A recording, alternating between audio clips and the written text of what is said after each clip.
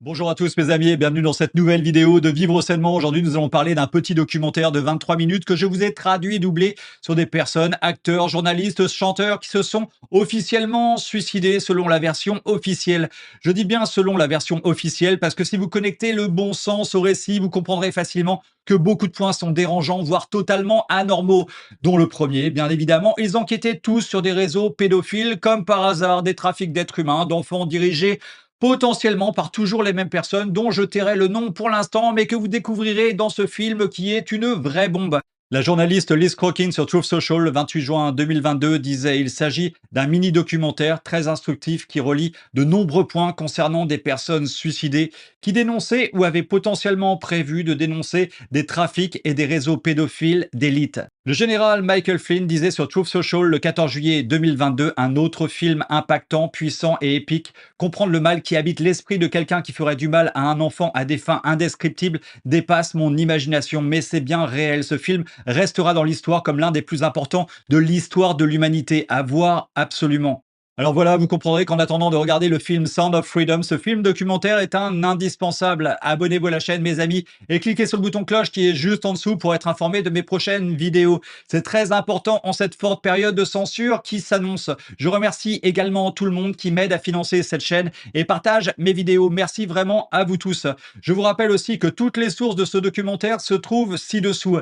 Allez, c'est parti tout de suite. Restez bien jusqu'à la fin car je rajouterai une de ces morts étranges après la sortie de ce documentaire. Bon visionnage.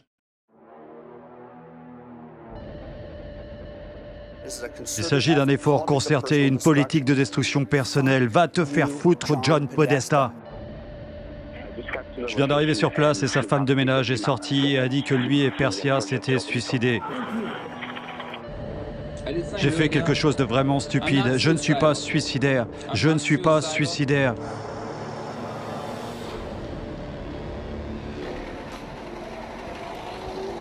Des commentaires, des commentaires. Pas de commentaires. Non, pas maintenant. Novembre 2009, une femme nommée Laura Silsby a fondé une association à but non lucratif, le refuge New Life Children. Il décrit sa mission comme une tentative de sauvetage des enfants orphelins et abandonnés en Haïti et en République dominicaine. 2 mois plus tard, le 29 janvier 2010, Laura Silsby a été arrêtée pour avoir tenté de faire sortir 33 enfants orphelins d'Haïti sans papier.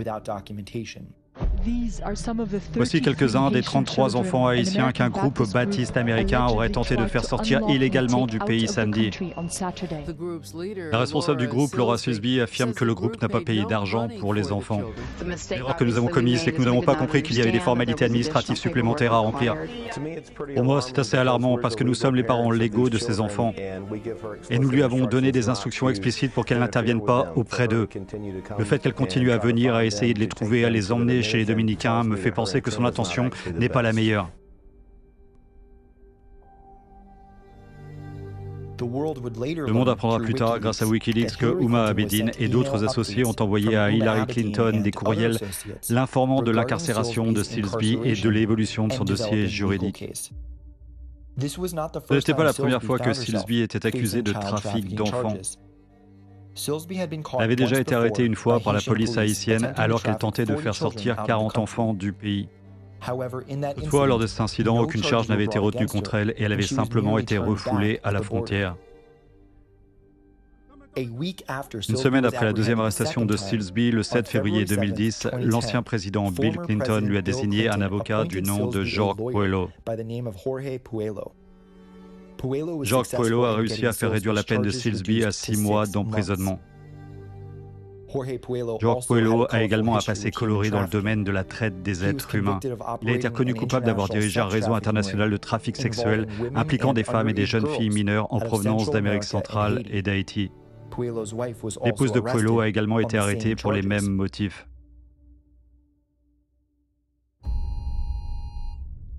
En 2011, Mme Silsby a été nommée directeur financier de l'entreprise de logiciels Connexus, dont elle est devenue par la suite vice-présidente du marketing. Connexus exploite AlertSense, le logiciel de notification de masse utilisé dans le système intégré d'alerte et d'avertissement public de la FEMA ou IPOS. L'objectif est d'alerter les Américains en cas d'urgence, par exemple en cas d'intempéries ou de disparition d'enfants. Une des fonctions de l'IPOS est d'émettre des alertes d'urgence en cas d'enlèvement. Le système d'alerte d'urgence a été mis en place sous la présidence de Bill Clinton. En 2015, Laura Silsby a épousé Norman Gailer et a pris son nom de famille, et c'est ainsi que son nom apparaît désormais sur le site web de Connexus. Comment une femme qui a été prise à plusieurs reprises en train de tenter de faire du trafic international d'enfants peut-elle être promue à la tête de l'équipe dirigeante du principal système d'alerte d'enlèvement du pays ? Pourquoi les Clinton sont-ils intervenus dans son procès? Nous allons continuer à apporter notre soutien, comme nous le faisons dans chaque cas de ce genre aux citoyens américains qui ont été inculpés. Nous espérons que cette affaire pourra être résolue rapidement. Le matin du 26 juillet 2019, les utilisateurs de Twitter ont vu le hashtag ClintonBodyCount devenir viral. Quelques semaines avant que Jeffrey Epstein ne se suicide dans sa cellule de prison. L'expression « nombre de corps Clinton » n'était pas nouvelle et était devenue courante dans les forums à travers l'Internet des années auparavant. Elle fait référence au nombre apparemment anormal d'associés de Clinton décédés de manière suspecte ou dans des circonstances mystérieuses. Izette Folger, une amie proche de James Alefantis, un associé de Clinton, a fait une déclaration en faveur de Silsby lors de son procès. Folger est la fille de Michael McCoby, qui entraîne les dirigeants de Nuestros Pequeños Hermanos, une grande organisation qui gère des orphelinats dans le monde entier. La fille de Folger, Max McCoby, siège au conseil d'administration d'un orphelinat de NPFS appelé Amis des orphelins, qui est l'un des 760 orphelinats opérant en Haïti et qui se trouve être l'orphelinat exact à partir duquel Silsby a été pris en flagrant délit de trafic d'enfants. Curieusement, Max McCoby a fait une longue déclaration de soutien à Comet Pizza lors d'une déclaration controversée de la commission de quartier, à l'époque où la controverse du Pizzagate a éclaté. Il convient également de noter que Frank Giustra, propriétaire de la Radcliffe Foundation, fait partie du conseil d'administration de la fondation Clinton et est l'un des principaux donateurs de cette organisation. Le logo d'Elpida Home, un centre de réfugiés fondé par la fondation Radcliffe, a une forme et une couleur presque identiques à celle du symbole aimant les jeunes garçons que le FBI a déclassé en 2007. Quelle que soit votre opinion sur la véracité du Pizzagate, les scandales semblent suivre les Clinton. Leur lien avec la pédophilie ne s'arrête pas là. Monica Peterson a été stagiaire au laboratoire de lutte contre la traite des êtres humains et chercheuse et directrice adjointe du Centre de lutte contre la traite des êtres humains. Elle a également fait partie du groupe de travail sur les données de recherche du Colorado Human Trafficking Council. Peterson a écrit et s'est exprimé de manière prolifique sur la traite des êtres humains. Le 15 août 2015, Monica a annoncé son intention de se rendre en Haïti pour y mener des recherches sur la traite des êtres humains et a ensuite commencé à y vivre à plein temps. Le 3 janvier 2016, Monica a partagé avec son amie Bella certaines de ses découvertes basées sur son travail de terrain en Haïti jusqu'à ce moment-là. Je cite, « Madame Clinton a des affaires corrompues et ça l'a terminé en Haïti. C'est la théorie que ma thèse de maîtrise met en avant. Il s'agit d'un esclavage structurel moderne. La véritable signification de ce scandale pour moi, je sais que vous me comprenez, Bella, c'est le lien avec l'esclavage contemporain et la traite des êtres humains. Je ne peux pas dire dans quelle mesure, mais il y a un trafic d'êtres humains qui passe par le complexe Caracol des Clinton. À ce stade, Monica semblait enquêter à plein temps sur les liens de la fondation Clinton avec le trafic d'enfants. Le 13 novembre 2016, Monica Peterson a été déclarée morte en Haïti, bien qu'aucun corps n'ait jamais été récupéré pour le service funéraire de la famille. La famille de Monica a été informée qu'elle s'était suicidée, mais elle n'a pas été informée des détails exacts de sa mort. Il semble qu'elle se soit suicidée par pendaison, mais depuis des éléments ont été révélés qui ne cadrent pas avec la vie de Monica. Rien de tout cela ne semble correspondre, et peut-être que c'est ainsi que les choses se passeront toujours. Le professeur de Peterson, Claude Destré, a déclaré ce qui suit à propos de sa mort. Je cite, « Elle a décidé de s'attaquer à l'un des démagogues dans le domaine de la traite des êtres humains. Elle a produit une analyse de 110 pages sur la traite des êtres humains en Haïti. 2 ans de recherche. Nous cherchions quelqu'un d'assez intelligent et peut-être d'assez courageux pour publier son travail. Je continuerai à le rechercher et à le publier pour elle. » Après avoir fait cette déclaration, M. Destré a soudainement désavoué tout lien entre Mme Peterson, la traite des êtres humains et les Clinton. Destré a déclaré « Peterson s'est rendue plusieurs fois en Haïti, mais elle n'était pas là pour faire des recherches sur le trafic d'êtres humains et n'enquêtait pas sur la fondation Clinton. » Pourquoi Destré ferait-il un demi-tour public à 180 degrés? Il s'avère que Destré a travaillé comme superviseur au bureau du procureur des États-Unis pour le compte de DynCorp entre 1999 et 2002. Cette période coïncide exactement avec celle où DynCorp a été prise en flagrant délit de trafic sexuel d'enfants en Bosnie et au Kosovo, et où aucune poursuite n'a été engagée. DynCorp a joué un rôle actif dans les abus sexuels en Haïti. Et si Monica Peterson avait découvert quelque chose avant de mourir? Et si ces découvertes étaient vraies? Quelqu'un d'autre a-t-il découvert des liens présumés de la fondation Clinton avec la traite des êtres humains?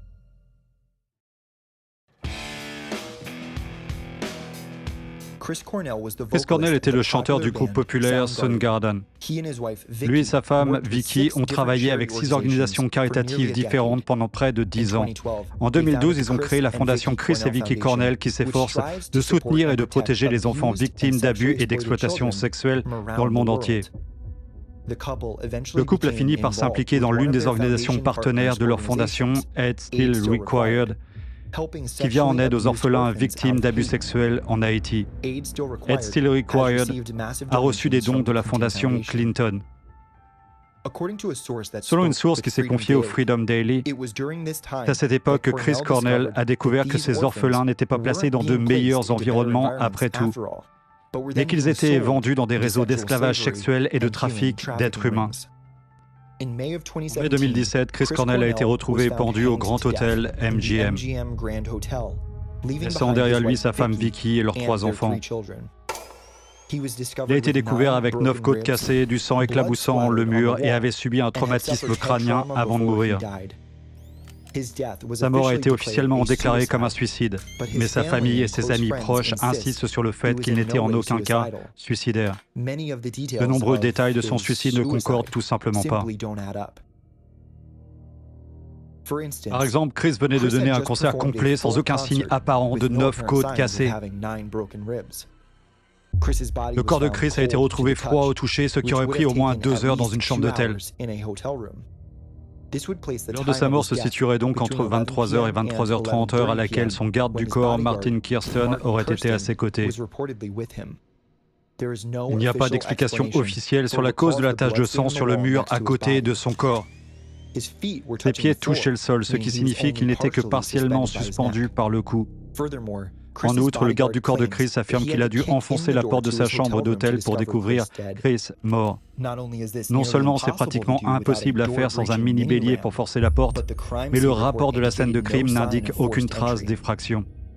Après avoir examiné le rapport d'autopsie et la position du corps, le docteur Werner Spitz, médecin légiste de renommée mondiale, a conclu que la mort de Cornell n'était pas un suicide.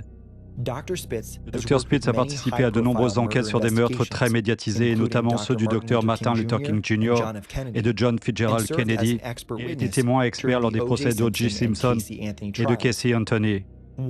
Selon un article de TMD, une source proche de M. Cornell a affirmé avoir découvert des preuves d'un trafic de réseau de cocaïne et d'enfants à Mena, dans l'Arkansas, lié à Bill et Hillary Clinton. Selon cette source, M. Cornell avait découvert l'identité d'élite de haut niveau qui faisait partie de la même opération occulte, satanique et illuminati que les Clinton. Il prévoyait d'exposer leurs agissements juste avant sa mort.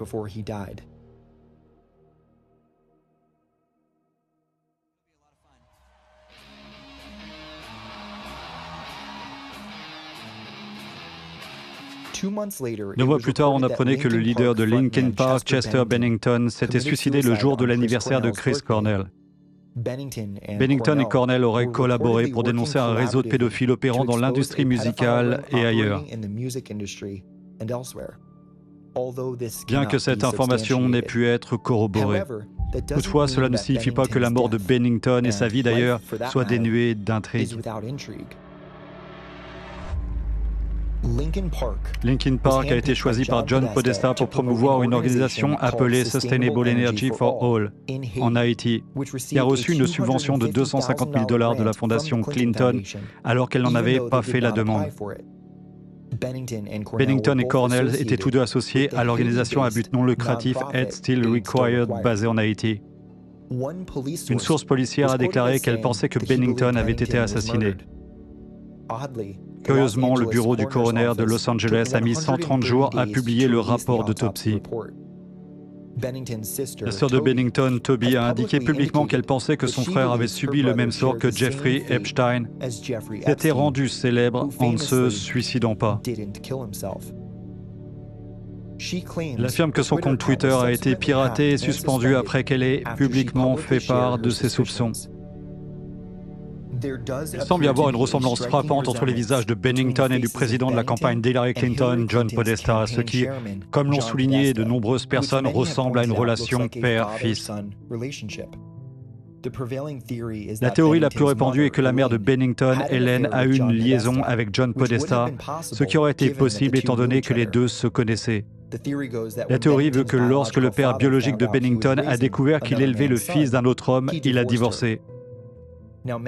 Aujourd'hui, de nombreux enquêteurs pensent que le groupe Linkin Park est un hommage à Lincoln Park, une base militaire canadienne située dans l'Alberta qui a mené des expériences MK-Ultra de contrôle de l'esprit sur des enfants dans le but de former des super espions et des assassins. De nombreux enfants participant au programme de Lincoln Park ont été victimes d'abus sexuels. Bennington a publiquement déclaré avoir été victime d'abus sexuels dans son enfance. John Podesta, ou Skippy comme il préfère être appelé, possède une grande et vile collection de ce qui ne peut être décrit que comme de l'art pédophile. M.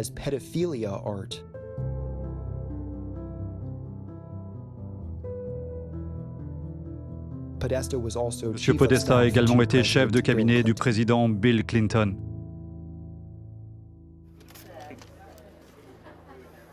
Très bien, vous voyez où je veux en venir ? Quand je parle, c'est parce que je m'intéresse à tout ce qu'ils font. Qu'y a-t-il dans ton placard, John Podesta? Big Podesta, Big Soros. Voulez-vous que nous jouions à ces jeux? Parce que nous jouons pour gagner. En 2009, James O'Keefe de Project Veritas a publié des vidéos d'infiltration prétendant qu'ACORN, l'Association of Community Organization for Reform Now, s'était livré à la prostitution de mineurs. C'est John Podesta qui a été chargé d'enquêter sur ce scandale. Le journaliste Andrew Breitbart a fait part de son fort mépris pour John Podesta. Le 4 février 2011, Andrew Breitbart a tweeté « Comment le gourou progressiste John Podesta n'est pas connu pour être un esclavagiste sexuel de mineurs de classe mondiale et un agent de dissimulation défendant des personnes innommables. Cela m'échappe. » Puis un an plus tard, tout au long du mois de février 2012, Breitbart a annoncé à l'avance la publication d'une vidéo qui, selon lui, paraîtrait le 1er mars. Cette vidéo, affirmait-il, serait gravement préjudiciable à la campagne de réélection d'Obama. Attendez de voir ce qui se passera le 1er mars, a-t-il déclaré. Juste avant la diffusion prévue le 28 février 2012, il a tweeté « Combien de temps avant qu'il ne me tue, crise cardiaque ou accident de voiture, ou qu'il ne me fasse accuser d'un crime? Lisez-moi tant que vous le pouvez. » Breitbart est mort d'une prétendue crise cardiaque le 1er mars 2012, soit 2 jours plus tard. Le médecin légiste qui a mené l'enquête est mort d'un empoisonnement à l'arsenic 2 mois plus tard. Compte tenu de la gravité de l'enquête sur les réseaux internationaux de trafic d'enfants et de leurs liens avec Washington, Hollywood et le Vatican, il y a eu de nombreux décès suspects de dénonciateurs et de journalistes qui ont tenté de faire éclater cette affaire. Il y a une prépondérance de points qui, s'ils sont reliés, peuvent indiquer ceux qui cherchent à faire taire ce message. En outre, cette industrie de la douleur semble avoir une portée internationale. Les trafiquants d'êtres humains considèrent les frontières comme de simples lignes sur une carte. Il est important de faire la distinction entre ce que j'appelle les pédophiles loups solitaires et les réseaux internationaux. Les réseaux permettent aux médias de couvrir des histoires de pédophiles loups solitaires parce qu'ils alimentent l'idée que les pédophiles ne travaillent pas ensemble, clandestinement, à une échelle industrielle. Il suffit de penser à la mort suspecte de l'ancien inspecteur de police Mark Minnie, auteur de The Lost Boys of Bird Island, qui dénonce un trafic d'enfants à grande échelle en Afrique du Sud. Peu après la publication de son livre, il a été retrouvé mort d'une balle dans la tête. Sa mort a été considérée comme un suicide, bien que sa famille ait affirmé qu'il lui avait assuré qu'il ne se suiciderait jamais.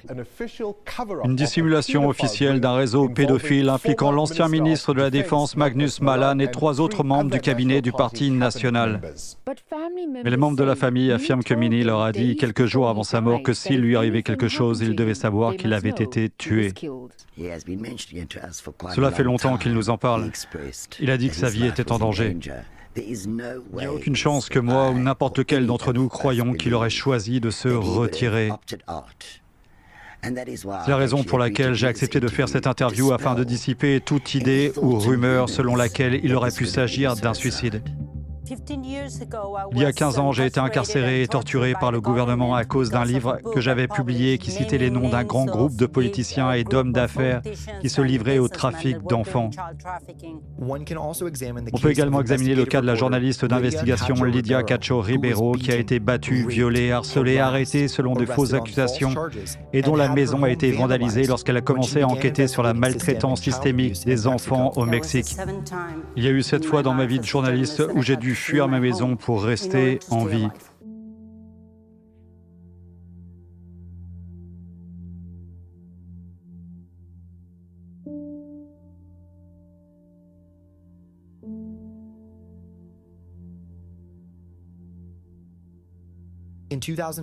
En 2005, elle a publié Los Demonios de Eden, les démons d'Eden. Un livre qui dénonce un réseau de trafic sexuel d'enfants impliquant des politiciens, des fonctionnaires et des hommes d'affaires. Un autre cas suspect concerne le cinéaste Bill Baldwin, mort subitement dans des circonstances étranges 1 an après avoir publié la bande-annonce de son documentaire Innocence Destroyed, qui dénonçait la corruption des services de protection de l'enfance. Extrait de son livre Innocence Destroyed. Jeremy Celentano, 1 an, battu si brutalement que son crâne a été fondu, mort sous la tutelle des services de protection de l'enfance. Kelsey Smith Briggs, 2 ans, assassiné après 9 mois de mauvais traitements avérés, alors que son vrai père était en Irak, battu à mort sous la tutelle du service de protection de l'enfance. Anthony Bars, 4 ans, affamé et battu à mort pendant 10 mois. Brutalisé sous la tutelle des services de protection de l'enfance. Marcus Fiesel, 3 ans, laissé ligoté dans une couverture d'emballage dans un placard pendant plusieurs jours où la température atteignait 42 degrés, horriblement assassiné sous la tutelle des services de protection de l'enfance. Est-il déraisonnable de supposer qu'un acte criminel a été commis à l'encontre de ces 3 braves personnes alors que ce schéma apparaît pratiquement partout où la traite des enfants est sur le point d'être révélée?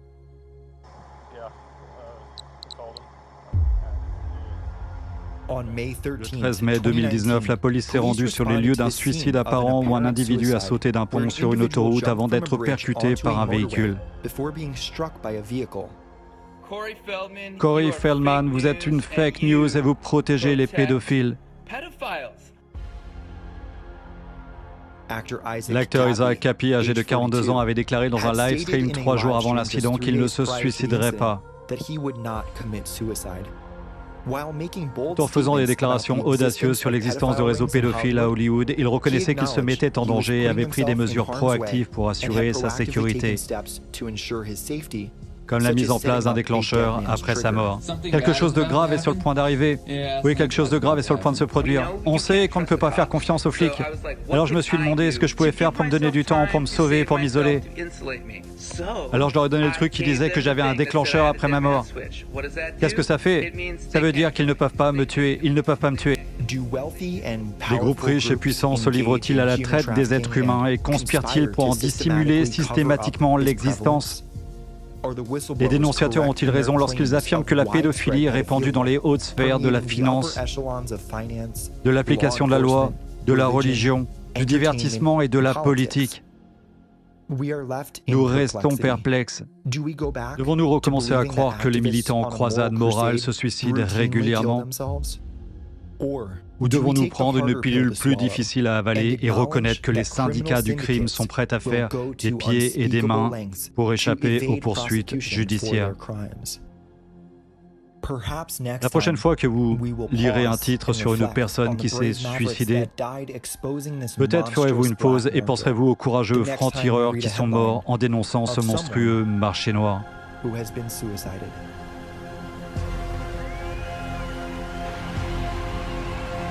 Il s'agit d'un effort concerté, c'est un effort concerté, la politique de destruction personnelle.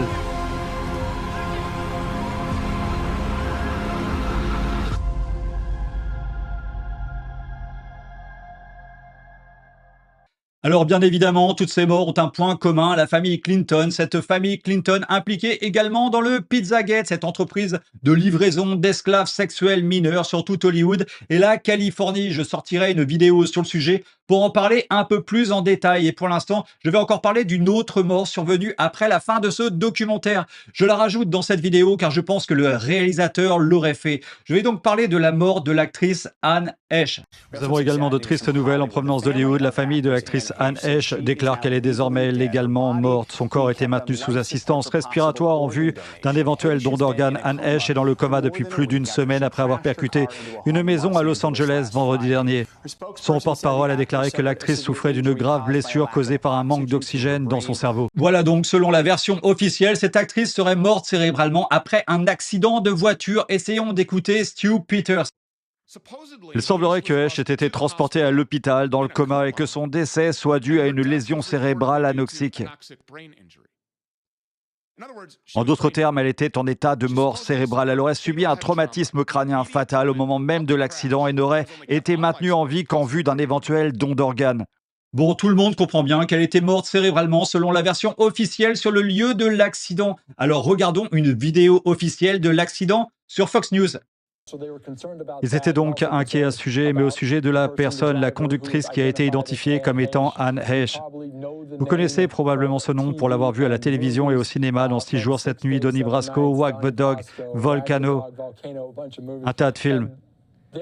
Il y a un moment dramatique juste avant d'être transporté dans l'ambulance pour l'hôpital où un conducteur a été identifié comme étant Anne Heche. Vous pouvez voir que nous avons ralenti un peu le film pour vous, car les pompiers essayaient d'aider cette femme à obtenir l'aide dont elle avait besoin à l'hôpital alors qu'elle s'était écrasée contre cette maison. Alors voilà, morte cérébralement mais qui se lève apparemment pour essayer de détacher ses pieds prisonniers. Regardez. Elle est restée dans la voiture pendant près d'1 heure. Lorsqu'on l'a sortie de la voiture, elle semblait être recouverte d'un drap, comme un sac mortuaire ou quelque chose du genre. Cela pourrait être tout à fait normal pour une victime de brûlure, mais sa tête semble couverte, ce qui vous paraîtra encore plus étrange lorsque vous verrez ce qui se passe. On la voit se réveiller et on dirait qu'elle essaye de se débattre pour libérer ses pieds tandis que le pompier la pousse dans l'ambulance. Cela ressemble-t-il à une personne en état de mort cérébrale dans le coma ou souffrant de brûlures extrêmes? Il n'y a aucun signe visible de traumatisme sur son corps. Nous voyons également un pompier à ses pieds et à sa droite qui pousse son bras vers le bas et regarde autour de lui d'un air soupçonneux.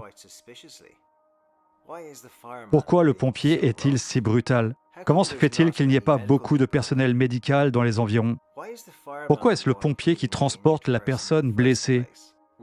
N'est-ce pas le travail des ambulanciers? Nous voyons également le numéro 63 sur le toit de l'ambulance. Vous avez donc 3-6 si vous vous intéressez à la numérologie, ce qui n'est pas mon cas. C'est un peu bizarre. Par ailleurs, son petit ami ou son ex-petit ami Thomas Jane avait déclaré à la presse qu'elle allait s'en sortir, mais nous savons maintenant que ce n'était pas le cas. Voilà donc plein de choses qui devraient attirer l'attention de tous les enquêteurs honnêtes, mais que nenni, comme nous le verrons, son ex-petite amie avait déclaré qu'elle allait s'en sortir, mais visiblement, éventuellement, possiblement, certains la préféraient morte. Mais la vie d'Anne Heche avait une autre dimension. Elle a affirmé avoir été victime d'abus sexuels graves dans son enfance et a également accusé d'autres personnes d'avoir abusé d'elle à Hollywood. Elle a été l'une des accusatrices les plus connues d'Harvey Weinstein. Juste avant sa mort, elle a tourné un nouveau film, Girl in Room 13, sur le monde du trafic sexuel clandestin. Aujourd'hui, Heche est décédée parce que son véhicule a quitté la route à grande vitesse, s'est écrasé contre une maison et a explosé.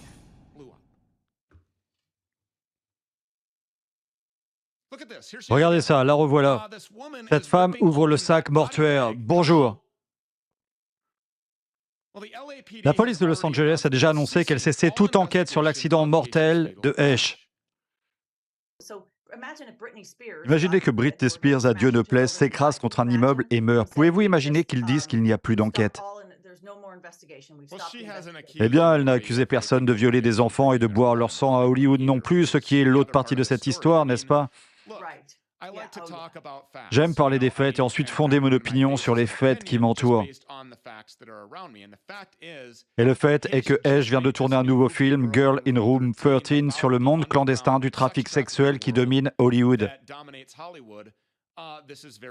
C'est très étonnant, n'est-ce pas? Oui, c'est vrai, elle a également tourné en 2008 un film intitulé Toxic Skies qui traitait des chemtrails. Littéralement, tout le film portait sur les chemtrails. Elle était un médecin qui découvrait que les gens avaient ce virus et qu'il se propageait, qu'ils étaient tous malades et mouraient et qu'ils ne pouvaient pas arrêter la propagation. Et il y avait des quarantaines partout à cause des chemtrails. Le gouvernement était de connivence avec les grandes entreprises pour mettre du barium et de l'aluminium dans le kérosène. Voilà, donc on comprend bien que c'était une personne à abattre. Elle dérangeait visiblement le business et les agendas de certains. Et écoutez, une preuve supplémentaire qu'elle n'était pas morte cérébralement au moment de son accident. Certains des premiers intervenants ont déclaré dans des articles qu'ils avaient eu toute une conversation avec elle lorsqu'ils l'ont secourue. Il est donc compréhensible que s'il s'agissait de brûlures, les choses pourraient s'améliorer. Mais mon vrai problème est qu'ils ont fait une déclaration officielle sur toutes les chaînes d'information et que, d'après les rapports, il s'agissait de son équipe de relations publiques et de ses proches. La déclaration officielle était qu'elle était dans un état stable et qu'on s'attendait à ce qu'elle s'en sorte et qu'elle se rétablisse complètement. Puis ils ont dit, OK, elle a besoin d'une opération à cause de quelque chose dans les voies respiratoires. OK, pas de surprise, ils vont donc l'opérer. Et soudain, ils disent qu'elle n'a jamais repris conscience après l'accident.